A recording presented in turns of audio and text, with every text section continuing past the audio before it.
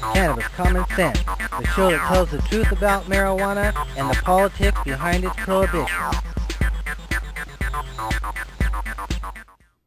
Hello and welcome to another exciting edition of Cannabis Common Sense. We have a great show for you tonight. We have a special guest, one of the founding fathers of marijuana television in America, Mr. Casper Leach of Time for Hemp.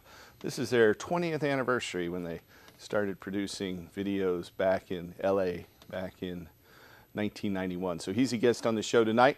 We have Mr. Tim Pate over here ready to play music. How are you doing, Tim? I'm excellent, Paul. Thank you. And you? Very well, very well. And we have some film clips for you, some news coverage of the release of our Octa petition and more. So stay tuned as we bring on our infamous Dancing Cannabis Leaves. I feel the force.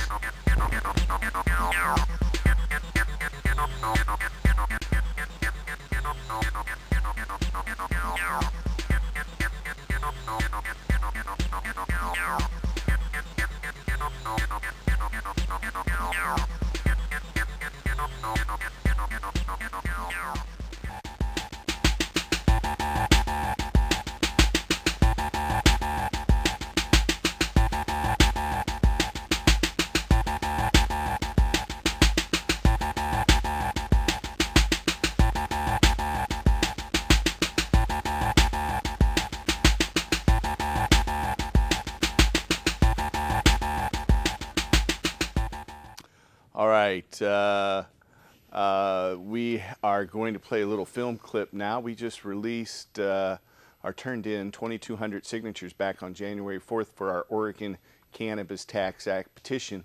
And they were certified with 75% validity. And so we're in the ballot title production process where the Secretary of State and Attorney General of the state of Oregon will now go through a process that results in a ballot title, question, and summary being issued. Then we'll get our petition certified for circulation. So we'll see our petitions on the street sometime in March or May. And the word got out, and I was contacted about it by Willamette Week yesterday, and then I had about 15 other media groups contact us from KEX and television down in KEX radio here in Portland, television stations in Eugene and other parts of the state. So KATU did an excellent, pretty fair, unbiased report that ran on their 11 o'clock news last night at 11 o'clock and again on their morning news. And so we're going to run a little segment of that right now, and we'll be back in just a second. We just wrapped up elections a couple of months back. Now, one man is working to get a measure on the ballot in 2012 to legalize marijuana. K2's Joe Raineri joins us live outside the elections office in Southeast Portland. And Joe, he wants to tax pot. Is that the deal here? That's right, Steve. Paul Stanford's hopes by taxing it will actually bring millions of dollars into the state's economy. He already has hundreds of signatures, and folks we talked with tonight say they'd actually support his plan. Talk about legalizing cannabis. You find people who want to talk. I've never known anybody to smoke pot and want to get up and go create some havoc and some crime. People get lazy and stay inside so I think it'd be fine. That's exactly what Paul Stanford, the executive director of the Hemp and Cannabis Foundation, wants to see. It'll be regulated and distributed to those over the age of 21. Taxing it, making it widely available. Well, we want to regulate it so that, businesses like bars and taverns that bar the admission of minors can offer that as a business. He says it would bring a steady flow of cash to the state. Alcohol revenues bring in about $75 million. We'll create lots of new jobs. We'll create all these new industries. We think it'll, be billions and billions of dollars in the long run. A plan that would allow a drug that some say is safer than beer and wine. It affects your brain differently. I don't think it affects it as severely as alcohol does, especially when you're driving. But not everyone is ready to walk through a haze of smoke. Typically, people that are smoking marijuana become more apathetic, and they lose their desire to get out, work, accomplish things. Now, 90% of the revenue brought in would actually cover the state's general fund. Now, in order to get this on the general election in 2012, Paul needs to get nearly 90,000 signatures. Live in Southeast Portland tonight, Joe Ranieri, K2 News. Certainly a debatable topic. Joe, thank you very much. Some lawmakers in Washington state proposed some major changes to the medical marijuana system approved by voters. A new bill would give voters more protections against arrests than they currently have. All right, so that was a clip from KATU TV from just yesterday and this morning, coverage of our Oregon Cannabis Tax Act. We'll be talking more about that in a moment, but now we're going to jump over to Mr. Tim Pate. How are you doing, Tim? I am fine, Paul. I am. We got our all-volunteer staff here. We should let our audience know that for all of us on the camera, there's a team of about 8 people behind the camera working, and I think tonight we have a studio audience of about 20 people or so. So if you're out there and want to see the show, you can come down here. You know, and it would be impossible to do the show without them. It's simple as that. It takes a lot of people. There's also the staff up at the front desk that are here always, and engineers who are available for us if we have a problem before the show. And that's right. You know, they're here every time I've been here, and I usually get here, you know, quite early just so we can set up and, you know, tune up. And so the staff, the people, they're all volunteers. Even the gremlins are volunteers, which is rather helpful most days. Anyway, I'm going to play a little music for you.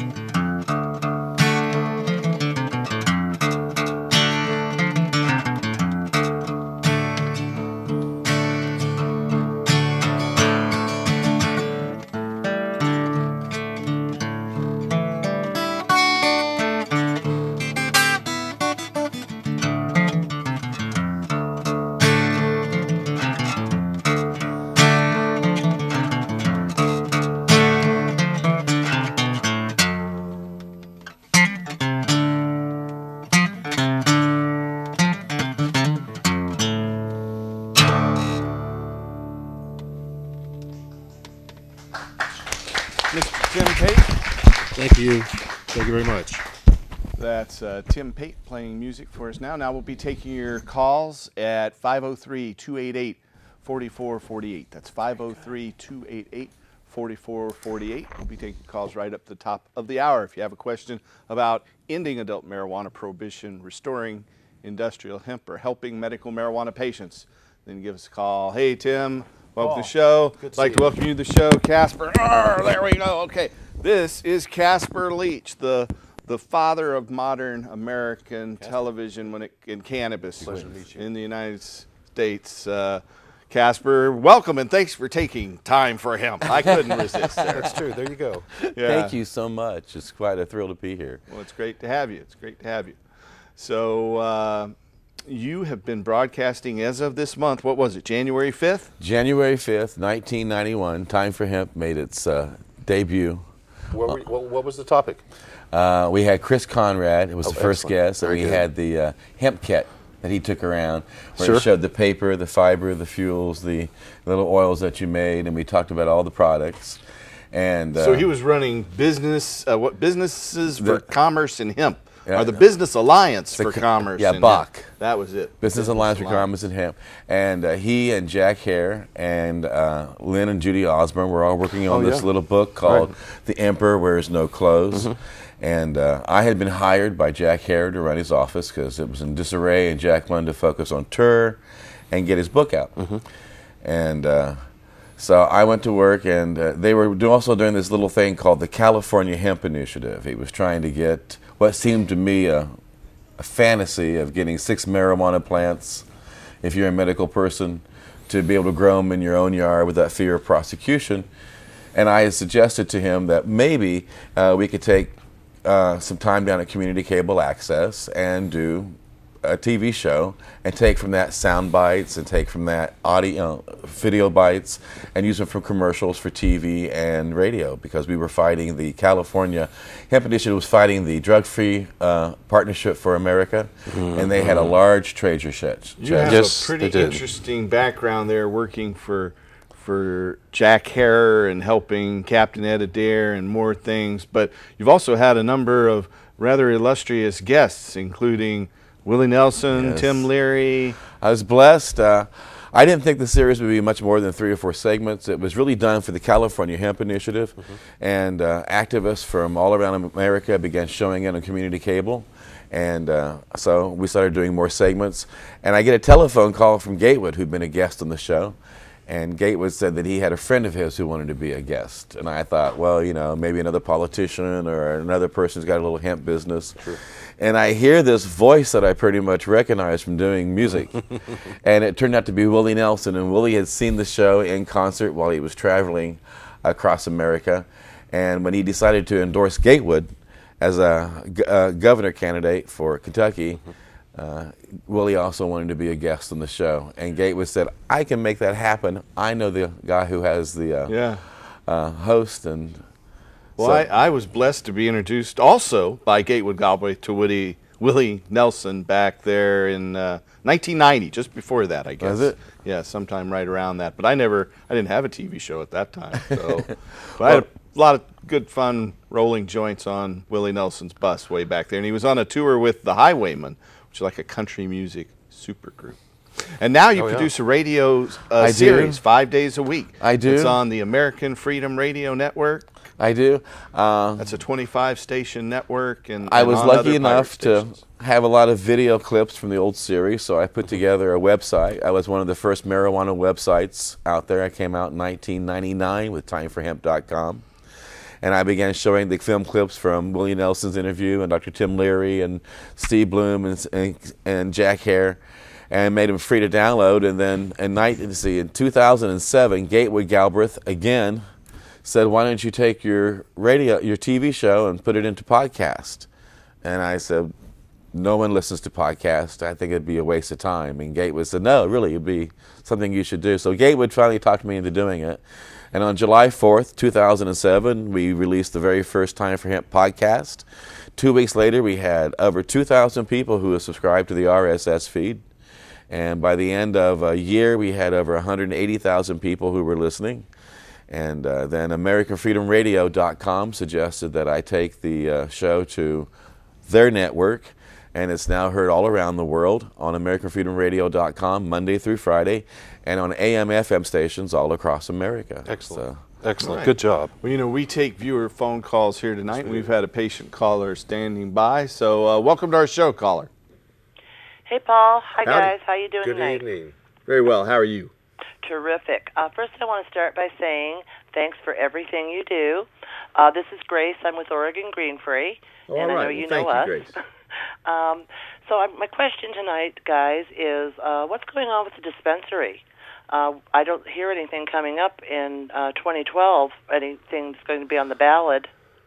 Well, it's still pretty early, and I know that some of the same people who organized dispensaries in 2010 are looking at bills, but right now we're concentrating on the legislature, and there are a few different proposals that have been introduced in the Oregon legislature and in the Washington legislature. And in every state where there is medical marijuana, the state legislatures are looking at regulating dispensaries like they've already done in the state of Colorado, and they're looking at changing some of their laws now that they've had it in place for almost a year. But it's still in an early stage, so In terms of our petition to completely legalize marijuana, it would allow any individual to grow their own, and there wouldn't be any limit on plants or any inspections, nor registration, nor fees or licenses required. It would also allow the cultivation and sale of seeds and cuttings without license nor registration, and it would allow patients to get cannabis through pharmacies at farmers' costs. I think the price would be about $10 an ounce for patients through pharmacies, so it would greatly lower the price of cannabis and just open up industrial hemp to the multitude of uses for fuel, fiber, and food and medicine that cannabis hemp can be used for. Well, that's terrific. Thank you so much for that information, and you definitely have my vote, and I'll be looking for those petitions to come across so I can get out and help circulate them. Thank you. I really appreciate that. We'll have them out in March or maybe May, depending on when the entire ballot title production process comes to an end with the Secretary of State, Attorney General. But the good news is thanks so much for all of your help. Peace and love, guys. Thank you. Thanks for your call. If you're out there and you have a question or comment for us tonight, you can call us live. Tonight is Friday, the 21st of January, 2011. If you want to call us, you can call us at 503-288-4448. Obviously, if you're not watching this on Friday, January 21st, then you don't want to call that number. But if you are, you can call us at 503-288-4448. We'll be taking viewer phone calls for about another 40 minutes or so. You can also text us on the show, can't you? That's true. You know, in fact, I have a question from last week that we never got to, a couple of questions. And so one of them is, 20 years ago I was hurt in a cast. I know I have complications. Can I get a card? Well, if you have complications, you've got to document those, and we've got to have some medical records for our doctors to be able to help you. Then you've got to come in and go through a physical exam with our doctors. Perhaps the first doctors you see could help you get that medical marijuana permit. But the conditions that qualify are primarily chronic and severe pain, chronic and severe muscle spasms, seizures, glaucoma, cancer, AIDS, gastrointestinal ailments, neurodegenerative diseases, things like that. So if you have any of those conditions, then you can call our office. We have doctors who can help you all across the United States. You can call us at 503-235-4606 here in Portland. If you're outside of Portland, you can call us at 1-800-723-0188. That's 1-800-723-0188. Or call us locally in the Portland area at 503-235-4606. That's 503-235-4606. I think I gave out the fax number the first time around there. A lot of numbers hiding up there. Yeah, that's true. That's true. Now, you've been at this such a long time. What do you've seen changes? Describe those to us. Well, just coming into Oregon, it was like bipolar for the whole country. You just came from Indiana. That's something that we should mention. You have been producing this show out of Indiana for a number of years now, and now you just came to Oregon this week, and you're planning on moving here to Portland next week. I am, as a matter of fact, and then we hope to take the series back into video and get the production out. But excellent. In Indiana, it's the dark ages, and to get anything done, you have to get it done through the legislature. And if you have a little bit over an ounce, you can actually be facing jail time. And they're overcrowded, so they prefer to have you just whiz in a cup and pay them a bunch of money and wear an ankle bracelet at home if they can do that. But the second time you get busted for over an ounce, you're definitely going away for 2 to 3 years. And when I came into this state and found out that 24 hours after being here, I'm a citizen and I get my medical marijuana card, and I'm walking around Paul's beautiful gardens. And it's, I don't know, I just kept saying, wake me up. Is this real? You know, because there's parts of the country where you can go jail for this, and there's this little taste of freedom. Heaven. That's it. That's it exactly. And I don't understand it, because our politicians do recognize that these policies are paying for the bullets that are shooting our soldiers in Afghanistan, and that are shooting our police officers from the bullets that are shot at them from the gang members in LA and Detroit.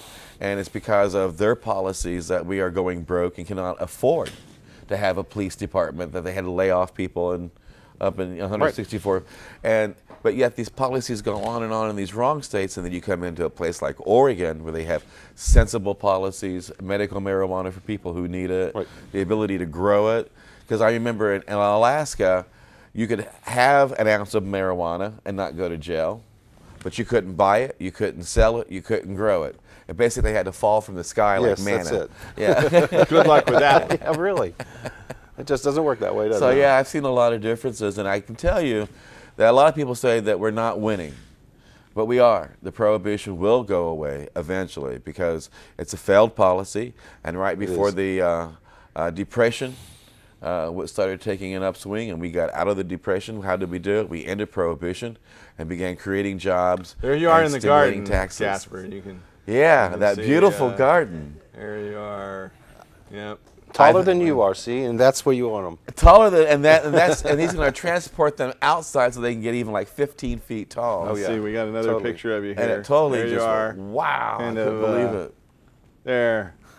Well, look at that smile on that man's face. I could, yeah, I was just. That was your first night in Oregon. It was. All right. Well, very nice way to get introduced, you got to admit. Yes, very much so. So yeah, Okay. I've seen a lot of changes. Yes, and you have to. I think you have to come to one of the states that have legalized it and had those, opinions made, in order to see those changes come to fruit. Like, it's good that you're here and that you see the, you get the to work see that's been dichotomy going on. directly from Indiana to here in Oregon, and hopefully in 2012 and 2013 we'll see complete legalization here in Oregon. If you're out there and you want to find out more about that, you can go to our web portal at hemp.org, HEMP.org. But we have a caller who's standing by. Welcome to the show, caller. Hello, caller. Hello? Hello. There you are. Am I on? Yep. I misunderstood that. Hi, That's Paul okay. and gentlemen. I'm confused too, but that's all right. How are you tonight? I'm pretty good, and yourselves? Good, thank you. Very well, thank you. Good. I have a question for you, Paul. All right. What's the latest technology for cannabis being used, like for asthma, through the inhaler? And like I understand, they recently did legalize that in Britain, or produced it in, manufactured it in Britain. Yeah. And what do you think so about T-Vex or Sativex, whichever way you want to pronounce it, it's a company, a product from GW Pharmaceuticals and Bayer, the fine people who brought you aspirin about 120 years ago. They are producing a product called Sativex. It's been approved for neuropathic pain in MS patients and for chemotherapy patients in Britain and the Netherlands, and in some cases in Canada. We're probably 4 or 5 years away from seeing it approved here in the United States, but they have an inhaler and a sublingual drops under your tongue, a couple different ways that you can take this tincture. And they have it in 3 types. They have it available in a THC strong type that's mainly THC. They have a whole plant extract that's an even blend of THC and CBD, and they have a CBD specific one. CBD, unlike THC, is not available pharmaceutically, so this will be the first time that isolated CBD will be available medicinally outside of organic cannabis. And so you can find out more about them at gwpharm.com. That's GW Pharmaceuticals at gwpharm.com. In regard to the first category you mentioned, the THC, I believe that's what I want, what I need. Though I've heard it's you say actually either an even blend of it, or the CBD will work better for asthma and spasms, because it's the CBD that's the primary compound, the cannabidiol that's the primary compound for spasms and seizures and most medical conditions, chronic pain. Now, we can't get that here yet, though. No, it's not available. The interested in only is way what- currently in the United States and most other places to get CBD is through cannabis. I'm interested, Paul, in what your opinion is on it. See, what do you think about it? Well, you know, I have some empty bottles that I've collected for our bottle collection. I have a couple other new pieces that we've added to that collection we'll show here in just a moment. But I haven't actually tried it. I think anything that gets medicinal cannabis out there further and legitimizes it more is a good thing. So I'm happy to see pure cannabis extracts being a new product rather than pharmaceutical synthetic THC, which is what Marinol or Dronabinol is available through the pharmacies today and since the 70s. Here you can see right here at the bottom of the stickers here, or the bottom of these packages, it says Johnson & Johnson. This is a British product, and it contains cannabis indica. According to the back of this little container, it says contains what, 17% extract of cannabis indica. 17% extract of cannabis indica. For those of you with HD televisions, you might be able to make that out there. But it's corn patches, and what you do is you'd put the corn patch on a corn on your foot, and then you leave it on there for a couple days, and then when you take the patch off, then the corn would just scratch right off. So that was a very common medicine. I have about 50 different types of corn medicines that are cannabis-based. So apparently it works real well for various skin or dermatological conditions. And so there are a lot of poultices. I have about 5 products from Johnson & Johnson that include cannabis, and most of them are topical. And they have these big sheets of cannabis for various skin conditions, these big sheets and long strips. They're a mixture of cannabis and aspirin. And so it was used for a variety of skin injuries and things like that. You know, I have a question. You know, Simpson's oil, and you're familiar with it and how it's made and all of that. And the fact that it's just simply a very highly concentrated extract. Not like the anointing oil that they used. But it's very, you know, and from the documentation from the film that they put out about him from the BBC, they used that as a topical, you know, for the things that they were trying to remedy with it, and they just fell off like scales as well and cured it. Yeah. So are you optimistic about the inhaler? I am. I think that's a great thing. I know Tim has asthma and uses cannabis for asthma. I don't mean to treat asthma. I don't mean to treat asthma. I mean, I'm sorry. Huh? I mean to. It's effective in other ways. I mean, many other ways. Oh yeah, and for many different conditions. Absolutely, it has a wide variety of utility. So you think you're optimistic about it coming on the market? You might say. Yeah, I think it will come on the market. I hope the price comes down. Those Marinol pills are wildly expensive. They're anywhere from $8 to $20 a capsule. And if you have nausea from chemotherapy or some other gastrointestinal ailment, you don't want to be throwing up very many of those. Yeah, I've tried those. I've found those ineffective. Yeah. They don't. It's pure THC, and that's not the main thing for seizures and spasms. Well, thank you very much. You bet. All right, thank you. Thanks for your call. Yeah, I'm willing to find out if it ever comes on the market to see how effective would be. Yeah, me too. I look forward to seeing it out there. Bayer Aspirin, or the Bayer Chemical Company out of Germany, obviously is pretty excited about it because they've invested pretty heavily in GW Pharmaceuticals, and I know they have stock available out there. One of the few people who can use marijuana legally here in the United States, Irv Rosenfeld. He is a stock salesperson and specializes in GW's stock. So there you go. He's been busy in Montana the past few weeks. But you know what? We have a film clip, and this is a film clip that we've lifted off the web there from your Time for Hemp archives, Casper. So we're going to watch this clip and come back and discuss it some more with you. All right. Make time for hemp. A couple of years ago, I read a book I think that a lot of us have read by now called The Emperor Wears No Clothes, and it was in that book there was a reprint of an article. The one thing in that book that I saw that could not be argued with was an article that came out in 1938 edition of Popular Mechanics magazine, February edition, if anybody wants to go check it out, that said a new $1 billion crop for the farmers. Most people that I talked to had no idea, just like me, that hemp and marijuana was the same thing. We were ignorant of that fact. Also, we were ignorant of the fact that hemp could be used as food. It can be used as clothing. The first Levi's in this country were made from hemp. The first Bibles were printed on hemp paper. The Declaration of Independence, the first 2 copies of this was printed on hemp paper. People don't know that.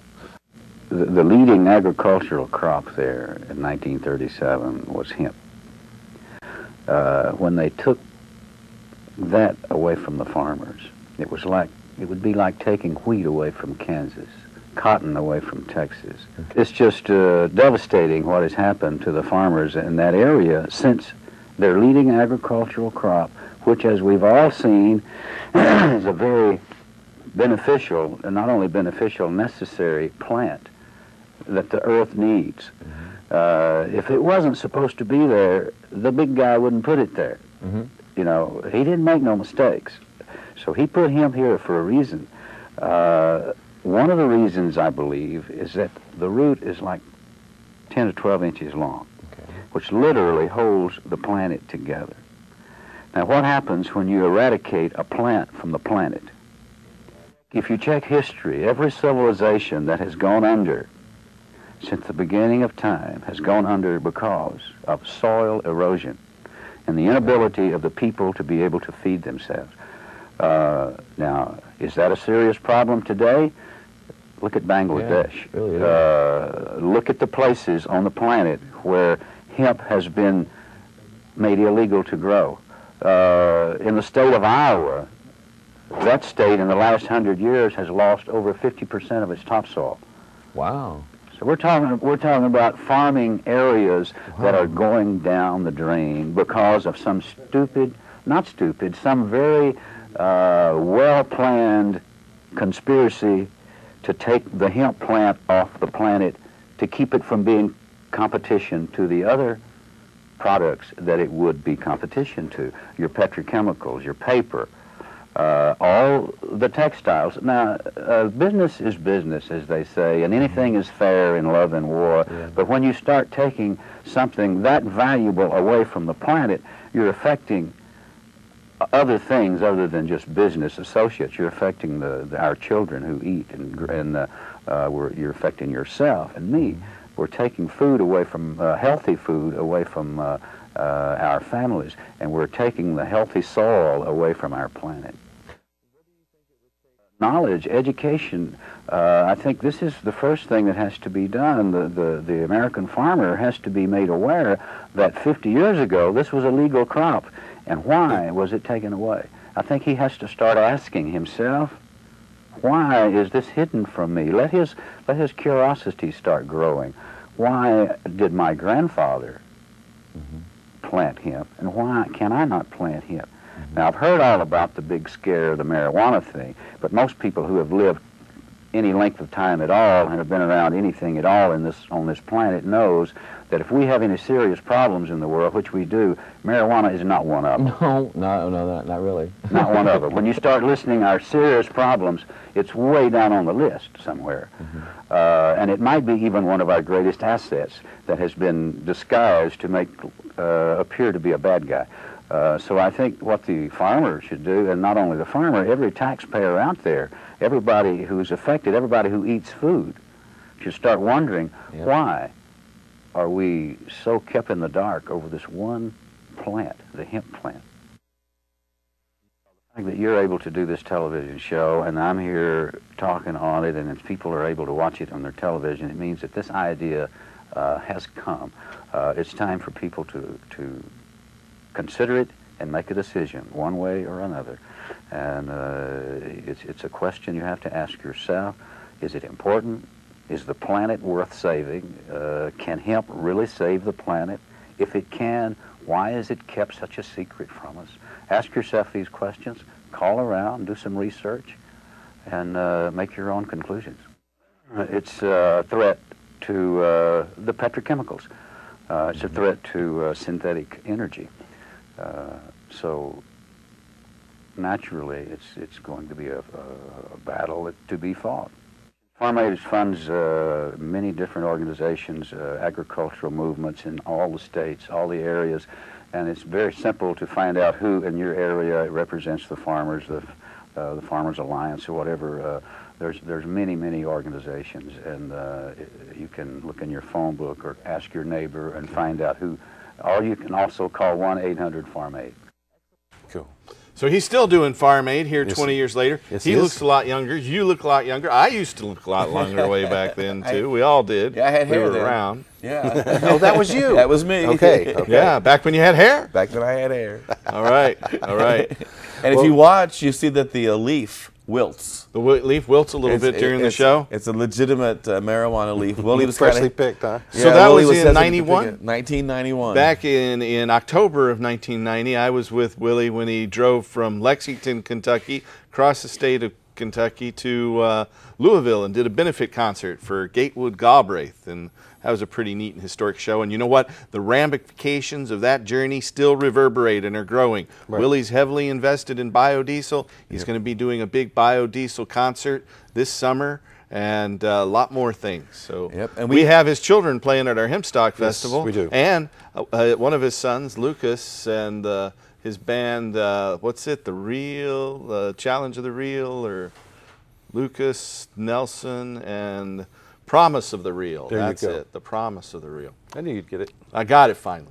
It finally came to me. We have a caller who's been standing by. Welcome to the show, caller. Hi, how are you doing? Good. Very well. How are you? Pretty good. I love your show. Thank you. Thank you. I It's am neat a having care- that Willie Nelson clip on there. Oh, yeah, I really liked it. You know, I've heard rumors that he was the only one to smoke on top of the White House. Well, I vote for him. He confirmed that backstage. Yeah, Right on. he smoked Right. on the top of the White House with Jimmy Carter's son. Right brother. on. Awesome. Brother. Right on. His brother. Oh, was it? I thought it was Billy? Chip, his son. Maybe. Yeah, I don't think it was Billy? his brother. Yeah, I don't think it was Billy. I think it was his son, Chip. These But could be you know, two I don't independent know. standing events. Let's get him back It on. might have been We'll with ask both him. of them. Yeah, I'm dealing with I him think on he should several run levels for right president. now. I'll have to ask. What was your question again?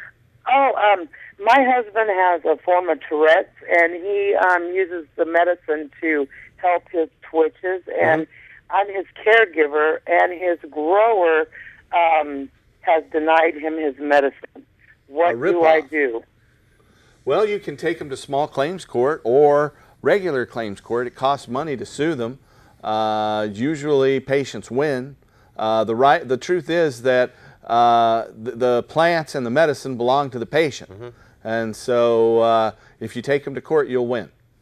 Well, what if it is he's, from what I'm understanding, it's, his grower is, I forgot the name of it, where the community gets together and they all put into it, and then from the regardless of that, and I help with the co-op, and I grow less than one plant a patient, but still, if I have a patient that doesn't want me to be their grower anymore, they can have 24 plants and 24 ounces, you know, and there should be something like that in your co-op situation as well.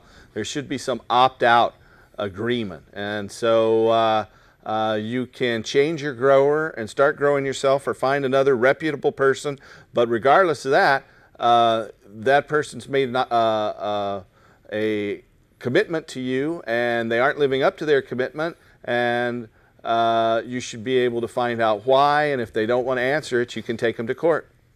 Those relationships are really clearly outlined in the state statutes. And so you have the law on your side here.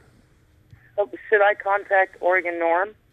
Well, you know, you could, or I would just contact an attorney. I would recommend Paul Loney or John Lucy, or an attorney you know and trust.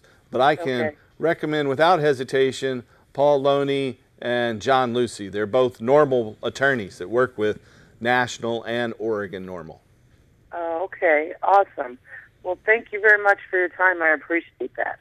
Well, thanks for your call. I'm sorry to hear that you, like so many patients, are having problems getting your grower and caregiver to abide by their commitment. But hopefully you'll find some resolution through the court system if you can't find it directly. I hate to go that way. You know, I just wish that everybody would be able to, you know, we're fighting for the same cause. I wish that we would all be, you know, straight up about it, you know? Anytime you got the M&Ms involved, there could be trouble. And I mean the money or the marijuana. And you know Yeah. that, and that's, you know, it's a possibility. Some people do things for marijuana that they wouldn't do for money. You're you right, know? exactly. It's just That's so true. And for alcohol and That's- things like that. So we have that built into no matter what we're doing. We always have that psychology sitting behind it. And fortunately, there are some fine growers out there. That's and right. some really good providers. And this isn't. I mean, I've had several opportunities to be ripped off and opportunities to have good providers, and I like it better when I have a good provider. That's You know, for sure. I grow 24 plants and take care of about 50 patients and still have more to give away. So I'm able to do it with half a plant per patient, but I can harvest 5 to 15 pounds per plant as well. So having big plants helps. That said, though, the price of cannabis in my garden, including all the land costs, security costs, everything, is about $13 to $15 an ounce. So when we legalize marijuana, the price of marijuana is going to dramatically fall. As it should. And through our OCTA petition, we hope to see $10 an ounce cannabis in adult. Yeah, there's a good 15 or 12 foot tall marijuana plant there. That's not me in the beautiful. foreground, but that's an old picture though. I remember that one. Notice he's got a fence around it. That'll slow him down a little bit. That's to But, keep the deer out, it looks like. Yeah, maybe. I think both deer and people, all pests. All pests. Anyway, thanks for your call. I hope that helps. Well, thank you very much. You have a good night. You too. You too. We've got about another 12 to 15 minutes. We might get a few phone calls in there. You can call us at 503-288-4448. That's 503-288-4448. And we'll happy to take your question. Bobby. Yeah, I would like to give a big shout out to our friend and inspiration, Mr. Bobby B. Indeed. The father of Selwood Thunder and several outstanding cannabis strains. Bobby B., I hope you're out there watching tonight. I know you're fighting the big C, cancer, and going through chemotherapy, so our prayers are with you. And believe me, we love and enjoy your strains and your positive energy. So keep fighting that. Keep up the good fight, Bobby. We love you. Yeah. And so if you have a question or call for us tonight, it's 503-288-4448. So you're moving to Oregon and you're going to restart your show. And tell us a little bit more about that. I'm excited about that. With it being a 20th anniversary, I think it's just a pleasant surprise that it should go back into video production. And I want to do it here in Portland, where there's so much going on here and there's so much freedom, to say the least, and there's so many amazing activists involved in this community. And so I believe that by bringing the show here, I'll be bringing it to the heart of where the changes are going to start taking place in America, and it seems to be just very befitting. So yeah, Time for Hemp's going back into video production next month, and we intend right here in River City. Right here We'd in like River to take City. the R out of it and call it Potland. instead of Potland, Portland. Oregon. Right. Absolutely. We have a caller who's standing by here, Casper. Welcome to our show, caller. Hello? Howdy. Hello, caller. This is Denise. Hey, Denise. Oh, hi, okay. I've been trying for 2 months now with my doctor to send my medical records to fax them over to a medicinal doctor. He will not do it. So Just go in and get a copy of them yourself. And if he won't do it, then you can go to the Oregon Medical Board and tell him that your doctor won't give you your records. okay, And he Oregon doesn't have a Medical choice Board. in the matter. They're your records. Yeah, and then he keeps on asking me funny questions and then just to fill out like a form thing. And then he calls me like every other week. And That's he really still doesn't- bizarre. Yeah, No, they have an it's bizarre. obligation. The law says within 30 days to provide your medical records to any inquiry. And if it's an emergency, they have to provide it right away. Wow. Okay, so I go to Oregon Medical. Uh-huh. Well, I don't know about them. All I can say is if you can't get them directly through your doctor, go through the staff at that clinic, and hopefully they can help you. Okay. All right, Thank good you. luck. But you thanks. control your medical records, and you can get a copy of them. They can charge a nominal fee. There are certain regulations about exactly how much they can charge, and so those are regulated and tightly enforced. And if they don't follow the guidelines, then the doctors can be disciplined by the medical board, and they do that. They do. Okay, great. Okay. In fact, thank you there was very a doctor much. who You're was- welcome. Good luck. Have a good evening. Doctor who lost his license. Yeah, a good friend who's been on our show Yes. recently, just in the past week, Dr. Eric Dover was, for wrongful reasons, I believe, a mistake on the behalf of the Oregon Medical Board. They pulled the license of Dr. Eric Dover, and we're unhappy about that and hope that Dr. Dover appeals that, because he certainly didn't deserve to have that happen. And a lot of times the medical board takes a dim view of medical marijuana here in this state. Exactly. But by statute, they're not supposed to. And I am sure when we completely legalize marijuana, as we're trying to do through our initiative for 2012 here in the state of Oregon, then that will change the entire dynamic and restore industrial hemp. In fact, 2% of the sales of 2% of the profits from the sales of marijuana will go to promote industrial hemp for fuel and biodiesel, and for food and fiber, for paper and building materials and textiles and things like that. For more information, you can go to that website, cannabistaxact.org, or to our web portal at hemp.org, HEMP.org. Cool. So, Tim, you've been in this new movie that just got screened in New York City. It's Yes. A Normal Life. A Normal Life. NORML, for the National Organization for the Reform of Marijuana Laws. In fact, you're the poster child for this film. I am. You're like a peer on stage at the Seattle Hemp Fest with a banner just like this one behind you. Yes. It's very exciting. It's been exciting it to is. see that. I looked at the Producers Guild of America, their website. Based in New York. They Uh, picked this film up to help. They have. The executive produce committee it. has. And, yeah, the executive committee. So they're going to promote it, and be evangelistic about it, is what Right. they said. So I don't know what that means yet. I contacted Doug Ross and Rod Pittman, and Rod the Pittman, producers. finding out, hey, what does that mean yet? And they don't know what Well, it they're means very happy yet, but about they it. are I got very happy. a text message from them just this evening. In fact, just about only 2 weeks ago, maybe 3 weeks ago. Time flies when you're having fun. It does. 2 or 3 weeks ago, this month in January, they came by and filmed at that same place that I have the picture of Casper at, the THCF Medicinal Gardens, and they used that in the film, and were thanking me for making their film a little bit better. And of course, I'm proud to be able to help. But keep an eye out for this new film, A Normal Life. Rod Pittman, one of the producers, also worked on Hempsters Plant the Seed, which was a film that's been in circulation here recently. I don't think it's available on DVD yet, but it's been out there for about a year. Well, even though I wrote the music for it, and I know I appear in it, I saw most of the cuts before while I was doing the music. I have not seen the final version. Who all appears in those cuts? Gatewood Galbraith is in there. We have several activists. Vivian McPeak is in there. There are a whole number of individual activists. Like Alan St. Pierre. Alan's in Is there. Keith Strop in Keith it? Strop is in there. There are some very serious activists, AIDS activists from Washington, D.C. From Washington, D.C. who are in there. I would have to say that the thing I liked about it most was there was a number of activists that I did not know. And I've been at this such a long time now that it seems like there is an opportunity for me to know a whole bunch of people, being in Seattle and hemp stock and all those things. But there was a lot of folks I had no idea they were that active and doing their part in other parts of the country.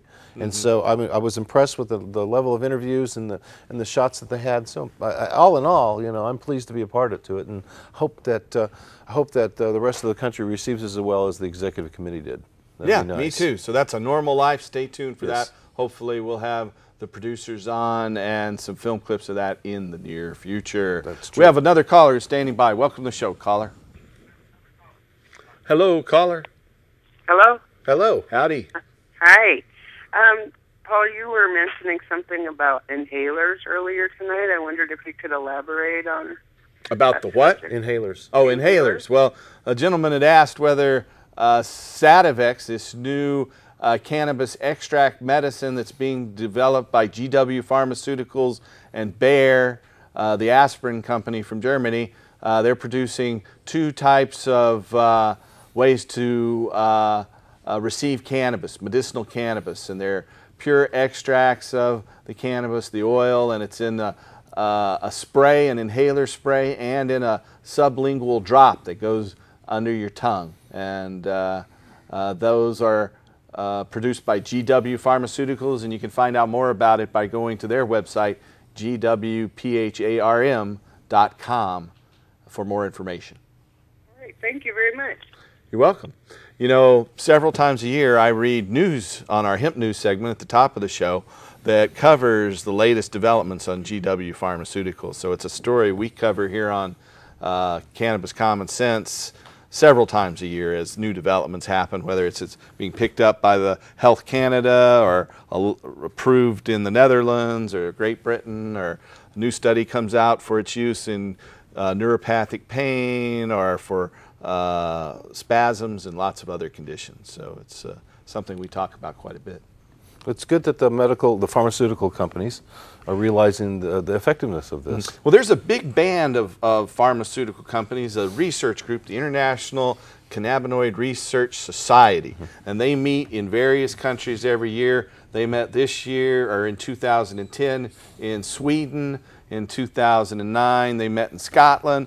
And so every year, these major pharmaceutical companies all come together and have this ICRS, the International Cannabinoid Research Society conferences. And it's all supported by the big cannabis companies. They've been going on for about 20 years, and more big pharmaceutical companies join together for that every year.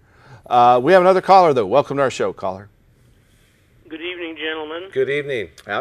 You mentioned Dr. Dover getting his license suspended. Yes. He just signed off on my renewal 2 days ago.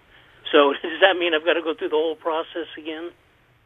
Maybe so. I can't really say. Unfortunately, I'm sure he'll be contacting you or trying to help, but this is just something that just happened yesterday, probably the day before. He's been fighting it tooth and nail. If you need more help, you know, we have doctors who will be happy to help you. Let us know about your situation with Dr. Dover, and you can call us here in the Portland area. You can call us at 503-235-4606, and just leave a message. We'll call you back. You can leave a message 24 hours a day, or if you have any other doctor, of course, any MD or DO in the state of Oregon can help you do that. Okay, great. Thanks. Thank you. I'm sorry to hear that happened to you. That's a shame. Don't know whether he was on the cusp or it was too late or what, so I'm sure they'll find out. I think that once he's lost his license, then the state won't process it anymore because they validate that. And that's true. They have to go back They and do have that. to send That's a true. letter to the That's doctor, and they validate the license is an active license, and so that will cause problems. It will. So tell us a little bit more, Casper, about your plans here. You're going to be moving on the 1st, and you continue to do your show. You want to tell our viewers where they can listen to your show on the internet? If you're interested in checking out my broadcast, you can listen to it Monday through Friday, noon to 1 p.m. Central Standard Time on AmericanFreedomRadio.com and on AM/FM stations all across America. Sounds like a little plug, doesn't it? I've heard that before somewhere. I got to say, it sounds just like you sound on the radio, sir. Thank you very much. And the people you were talking about sound like this week's guest lineup. We had Keith Strop on today, Gatewood Galbraith on yesterday. We have Ed Rosenthal on twice a week. And I was on with Gatewood Galbraith just yesterday, and then Ethan Nadelman of the Drug Policy Alliance the week before. He comes on frequently. Stephanie Bishop of the Hemp Fest, Yes, and so she's you have on a whole next week. line of and we do, and we have illustrious archives guests. that you can check out. You can find the Timothy Leary interview and the Willie Nelson, Congressman Barney Frank, and Senator Mike Gravel, and we got lots of music. And you get a time for hemp, the number 4hemp.com. There's a podcast that I put up, a music podcast every You always other have week. a lot of songs in it too. You I get do. a lot of music people send you that's Couple you don't have years. any of my music. Well, to make it happen, yeah, we sent some music. I got music from the Marijuana Music Awards. I was a judge for a couple of years in that. Oh, right on. And that's really brought to my attention all the hardworking musicians in the marijuana movement. Yes. And to be honest, if Paul McCartney and Beyonce put out a song about how wonderful marijuana is, it would not get airplay except on my show. Well, you know, Paul McCartney did put out a song saying how wonderful marijuana is, but he kind of couched it. So he came out recently about 5 years ago and said his song, Got to Get You Into My Life, was really about marijuana. Wow. So next time you listen to the Beatles hit, Gotta Get You Into My Life, I always thought it was about a woman, but it's really about marijuana. Well, or so says Paul McCartney. Mary the Jane. green goddess. Yeah, exactly. It's about Mary Jane. Yes, it is. So we are just wrapping up. I want to welcome our new cable audience in Missoula, Montana. We're now on proudly in Missoula, Montana, and we're on the same time we're live here in Portland, which is 8 p.m. to 9 p.m. Oregon time. It's 9 p.m. to 10 p.m. every Friday night in Missoula, Montana. You're on Mountain Time there. You know that. It's 9 p.m. to 10 p.m. every Friday night on cable television right there in Missoula, Montana. We got to thank our staff member, Mr. Frank Maroney, who's from here in Portland, who's there and got it on cable. I want to thank Casper Leach and look forward to having more time for hemp in the future and seeing Portland become Potland and the video capital of cannabis in America. So we're looking for that. There's one question we got through the internet. It says, how does the new Oregon measure differ from California's recent measure? The California measure was very limited. It said you could only have a 5-by-5 foot personal garden and that cities could regulate the cannabis sale. Our Oregon measure does not set any limits in quantity or size on a person's medical marijuana garden. You don't have to have any license fee or registration. Also, it would set up state regulation of the sales of marijuana, and it's designed to be upheld in court. So to find out more about that, go to that website right there on your screen. It's HEMP.org, HEMP.org. Hey, Casper, anything you want to say in closing? Yes, make it a point to get out and get busy, get active, and make the world a better place. Yeah. And let everybody know that it really is time for hemp. I want to thank you all for watching. We'll be back next week, same time, same channel, and help us restore hemp. Here's Mr. Tim Pate.